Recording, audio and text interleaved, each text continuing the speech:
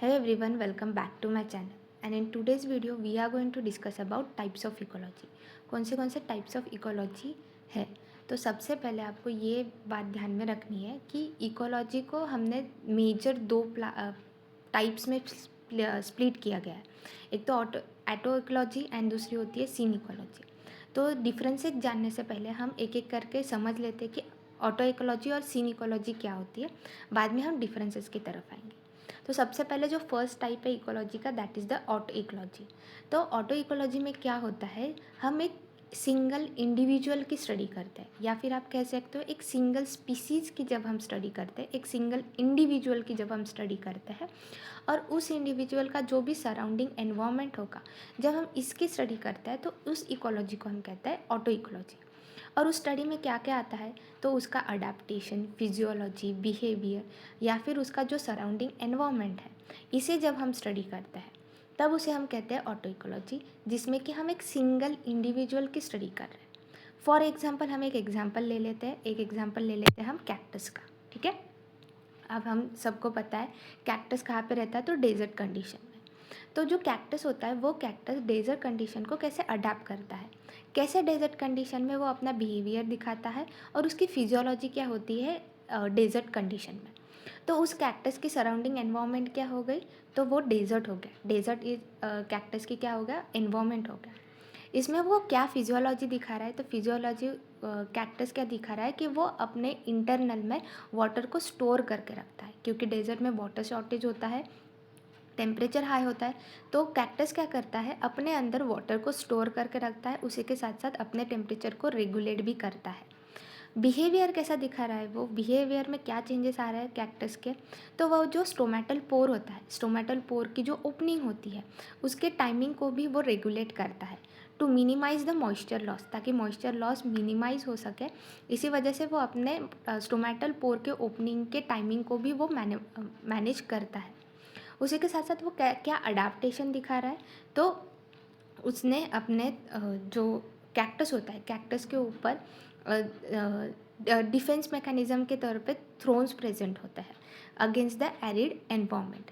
तो ये कुछ जो स्टडी होती है रिगार्डिंग द सिंगल इंडिविजुअल, हम यहाँ पे सिंगल इंडिविजुअल की स्टडी कर रहे हैं, एक सिंगल इंडिविजुअल और उसका जो सराउंडिंग एनवायरनमेंट है उसकी स्टडी कर रहे हैं।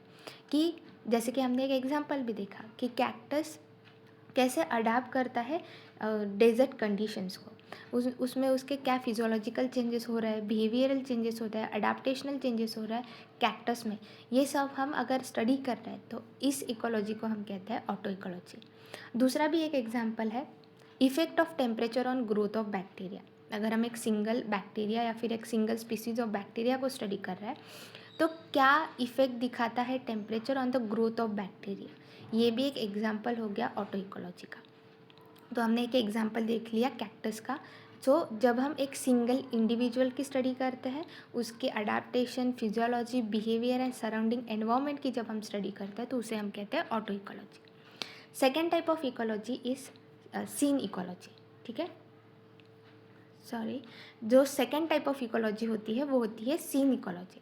अब सीन इकोलॉजी यानी कि क्या, सीन इकोलॉजी एक ऐसी इकोलॉजी है जिसमें कि मल्टीपल स्पीसीज, एक स्पीसीज नहीं, मल्टीपल स्पीसीज जब एक दूसरे के साथ इंटरैक्ट करती है, उसी के साथ साथ उनका जो सराउंडिंग एनवायरनमेंट है, ठीक है, स्पीसीज एक दूसरे के साथ तो इंटरैक्ट कैसे करती है वो भी, और वो स्पीसीज एनवायरनमेंट के साथ कैसे इंटरैक्शन दिखाती है वो भी, जब हम उसकी स्टडी करते हैं तो उसे हम कहते हैं सीन इकोलॉजी।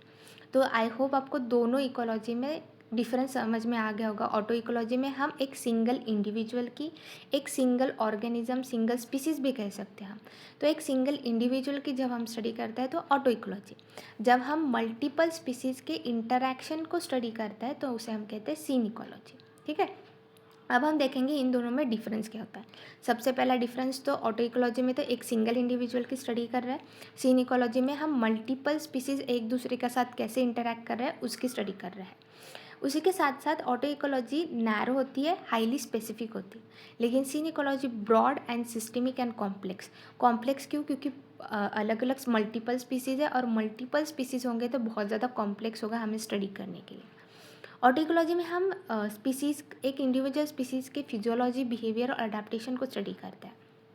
लेकिन सीन इकोलॉजी में हम पॉपुलेशन को स्टडी कर रहे हैं यहाँ पे, ठीक है। उसी के साथ साथ हम जो भी उनका सराउंडिंग इन्वायरमेंट होगा उसकी भी स्टडी कर रहे हैं। ये जो अबायोटिक फैक्टर्स है, ये अबायोटिक फैक्टर मल्टीपल स्पीसीज़ को कैसे इफ़ेक्ट करता है वो भी हम सीन इकोलॉजी में स्टडी कर रहे हैं। फॉर एग्जाम्पल ऑटो इकोलॉजी का हमने देखा, एक कैक्टस का देखा है और दूसरा effect of temperature on the growth of specific bacteria. और सीन इकोलॉजी में प्रीडिएटर प्रे इंटरैक्शन, उसमें क्या आता है, फूड वेब आता है, हो गया फूड चेन हो गया। जब हम ऐसे क्योंकि फूड वेब जो हो गया वो बहुत ज़्यादा कॉम्प्लेक्स होता है, फूड वेब में अलग अलग स्पीसीज़ इंटरैक्ट करते हैं एक दूसरे के साथ, कोई प्रेडेटर होता है, कोई प्रे होता है। उसी के साथ साथ हम म्यूचुअलिज्म स्टडी करते हैं, प्रीडिएशन स्टडी करते हैं। किस केस में, तो सीन इकोलॉजी में। सीन इकोलॉजी में हम म्यूचुअलिज्म, प्रीडिएशन, पैरासिटिज्म, ये सब कुछ जो पॉपुलेशन के रिलेटेड आता है वो किस में हम स्टडी करते हैं, तो सीन इकोलॉजी में स्टडी करते हैं। So these are the most important types of ecology. ये दोनों टाइप्स जो होते हैं, ऑटो इकोलॉजी और सीन इकोलॉजी, ये दोनों मेजर टाइप्स है इकोलॉजी के। लेकिन उसके साथ साथ कुछ और भी टाइप्स है इकोलॉजी के, जैसे हो गए पॉपुलेशन इकोलॉजी। पॉपुलेशन इकोलॉजी यानी कि क्या, एक सिंगल स्पीसीज़ का पॉपुलेशन। फॉर एग्जांपल हम एक स्पीसीज़ एग्जांपल ले लेते हैं, टाइगर, ठीक है। तो टाइगर एक स्पीसीज़ है। उस स्पीसीज़ में जितने भी टाइगर के पॉपुलेशन होगा, उस पॉपुलेशन के साइज़ को, डेंसिटी को, ग्रोथ को जब हम स्टडी करते हैं तो उसे हम कहते हैं पॉपुलेशन इकोलॉजी, ठीक है। फॉर एग्जांपल हमने टाइगर एक स्पीसीज़ है, उस स्पीसीज़ का जितने भी नंबर हो गए टाइगर के, दैट इज़ द पॉपुलेशन। तो जो वो टाइगर की पॉपुलेशन होगी, उस पॉपुलेशन की साइज़, डेंसिटी और वो ग्रोथ कैसे दिखा रहा है, जब हम ऐसे स्टडी करते हैं तो इस स्टडी को हम कहते हैं पॉपुलेशन इकोलॉजी। पॉपुलेशन इकोलॉजी में हम ये भी जब ग्रोथ की बात आती है तो ग्रोथ में हम एक्सपोनेंशियल ग्रोथ को भी ध्यान में रख के स्टडी करते हैं और उसी के साथ साथ लॉजिस्टिक ग्रोथ को भी ध्यान में रख के स्टडी करते हैं। So that is all about population ecology. अगर आपको नहीं पता कि एक्सपोनेंशियल ग्रोथ क्या होता है, लॉजिस्टिक ग्रोथ क्या होता है, तो आने वाले वीडियोज़ में हम ये इन डिटेल डिस्कस करेंगे।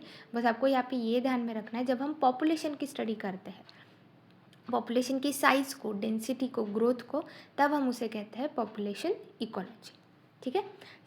थर्ड टाइप जो है वो है कम्युनिटी इकोलॉजी।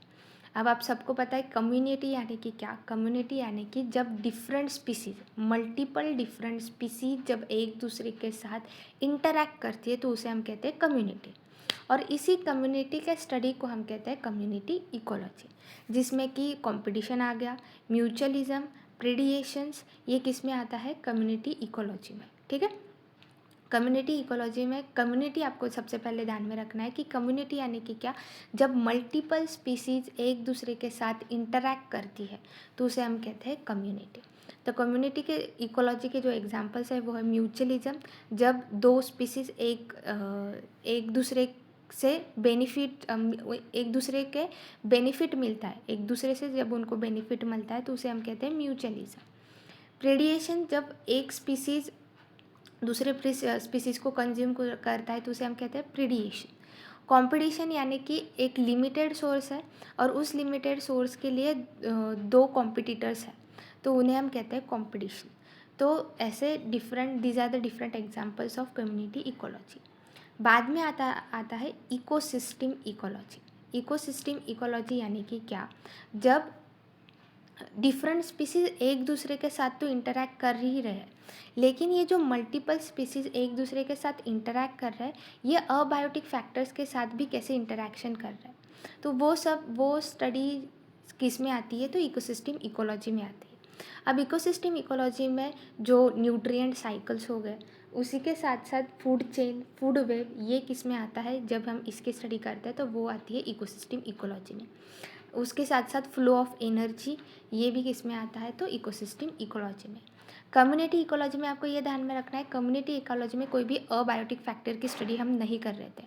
कम्युनिटी इकोलॉजी में हम जो बायोटिक फैक्टर्स थे कि जो लिविंग स्पीसीज़ थी, वो living species, multiple living species एक दूसरे के साथ कैसे इंटरैक्ट कर रही है, इकोसिस्टम इकोलॉजी में हम बायोटिक फैक्टर्स को तो कंसिडर कर ही रहे हैं कि मल्टीपल स्पीसीज एक दूसरे के साथ कैसे इंटरैक्ट कर रहे हैं, लेकिन उसी के साथ साथ हम अबायोटिक फैक्टर्स को भी कंसिडर कर रहे हैं, जैसे कि न्यूट्रिएंट साइकिल हो गया, बायोजियोकेमिकल साइकिल्स हो गए, flow of energy, food chain, food web, ये हम सब कुछ स्टडी करते हैं इन इकोसिस्टम इकोलॉजी। बाद में आता है बिहेवियरल एंड इवोल्यूशनरी इकोलॉजी। अब बिहेवियर इकोलॉजी यानी कि क्या, कि जो स्पीसीज़ होते हैं इन स्पीसीज़ का बिहेवियर जब हम स्टडी करते हैं, ठीक है, टाइम टू टाइम जब इन स्पीसीज़ का हम बिहेवियर स्टडी करते हैं, जब इनको एक स्टिमुलाई अगर हमने दे दिया तो उन स्टिमुलाई को कैसे ये रिस्पॉन्ड करते हैं, जब इसकी स्टडी करते हैं तो हम उसे कहते हैं बिहेवियरल इकोलॉजी, ठीक है। और इवोल्यूशनरी इकोलॉजी यानी कि क्या, जैसे जैसे टाइम बढ़ते जाता है स्पीसीज़ में इवोल्यूशन होते जाता है, तो ये कैसे अडाप्ट करते हैं ओवर जनरेशन, कैसे वो नए नए एनवायरनमेंट को वो अडाप्ट करते जाते हैं, और ये अडाप्टेशन के वक्त उनमें क्या मॉर्फोलॉजिकल चेंजेस हो रहा है। तो जब हम इन चेंजेस को ध्यान में रखते हैं, जब एनवायरनमेंट चेंज होने लगता है तो स्पीसीज़ अपने अंदर भी कुछ मॉर्फोलॉजिकल अडाप्टेशंस लाते हैं ओवर जनरेशन। तो जनरेशन आफ्टर जनरेशन क्या इवोल्यूशनरी डिफरेंसेस आ रहे हैं स्पीसीज़ में, तो जब हम इनकी स्टडी करते हैं तो हम उसे कहते हैं इवोल्यूशनरी इकोलॉजी। सो बाद में आता है बायोस्फीयर इकोलॉजी, या फिर हम उसे कहते हैं ग्लोबल इकोलॉजी।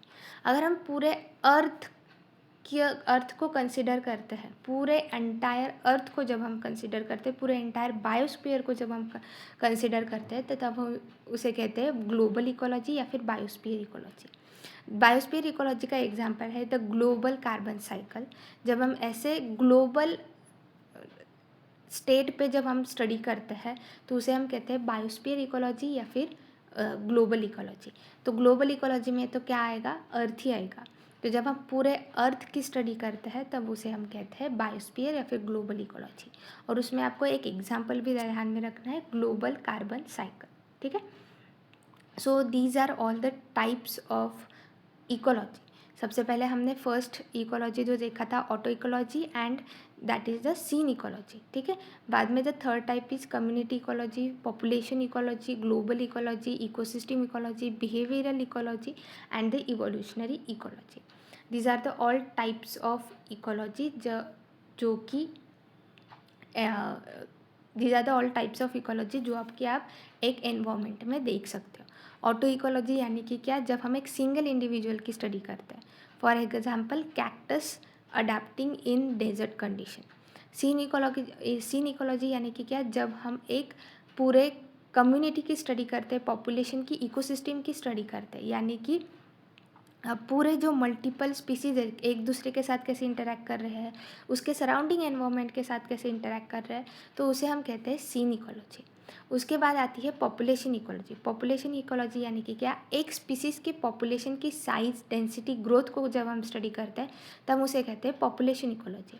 कम्युनिटी इकोलॉजी, जब मल्टीपल स्पीसीज़ एक दूसरे के साथ कैसे कम्युनिकेट कर रहे हैं, उसे हम कहते हैं कम्युनिटी इकोलॉजी, जिसमें क्या आता है प्रीडिएशन, उसी के साथ साथ म्यूचुअलिज्म, कॉम्पिटिशन, ये आता है कम्युनिटी इकोलॉजी में। इकोसिस्टम इकोलॉजी में मल्टीपल स्पीसीज़ एक दूसरे के साथ कैसे इंटरैक्ट कर रहे हैं वो तो ठीक है, लेकिन वो स्पीसीज़ एनवायरनमेंट, उनके सराउंडिंग एनवायरनमेंट के साथ कैसे इंटरैक्ट कर रहे हैं वो भी हम इकोसिस्टम इकोलॉजी में स्टडी करते हैं। जैसे कि water cycle, nutrient cycle, biogeochemical cycle, ये किसके अंडर आता है, तो इकोसिस्टम इकोलॉजी के अंडर। बाद में आता है बिहेवियरल इकोलॉजी, जिसमें कि हम बिहेवियर को स्टडी करते हैं। और दूसरा आता है इवोल्यूशनरी इकोलॉजी, यानी कि कैसे species after duration of time कैसे अपने मॉर्फोलॉजी में अडाप्टेशन आते हैं, एनवायरनमेंट जैसे जैसे चेंज होता है वो अपने अंदर कैसे कैसे मॉर्फोलॉजिकल अडाप्टेशंस लाते हैं ओवर द जनरेशन्स। बाद में आता है ग्लोबल इकोलॉजी, जिसमें कि हम पूरे ग्लोब यानी कि पूरे अर्थ को स्टडी करते हैं, उसे हम कहते हैं ग्लोबल इकोलॉजी या फिर बायोस्फीयर इकोलॉजी, जिसका एग्जाम्पल है पूरा कार्बन साइकिल, ठीक है। सो आई होप आपको अच्छे से टाइप्स ऑफ इकोलॉजी अच्छे से समझ में आ गया होगा। If you have any doubt do let me know in the comment section down below. Thank you.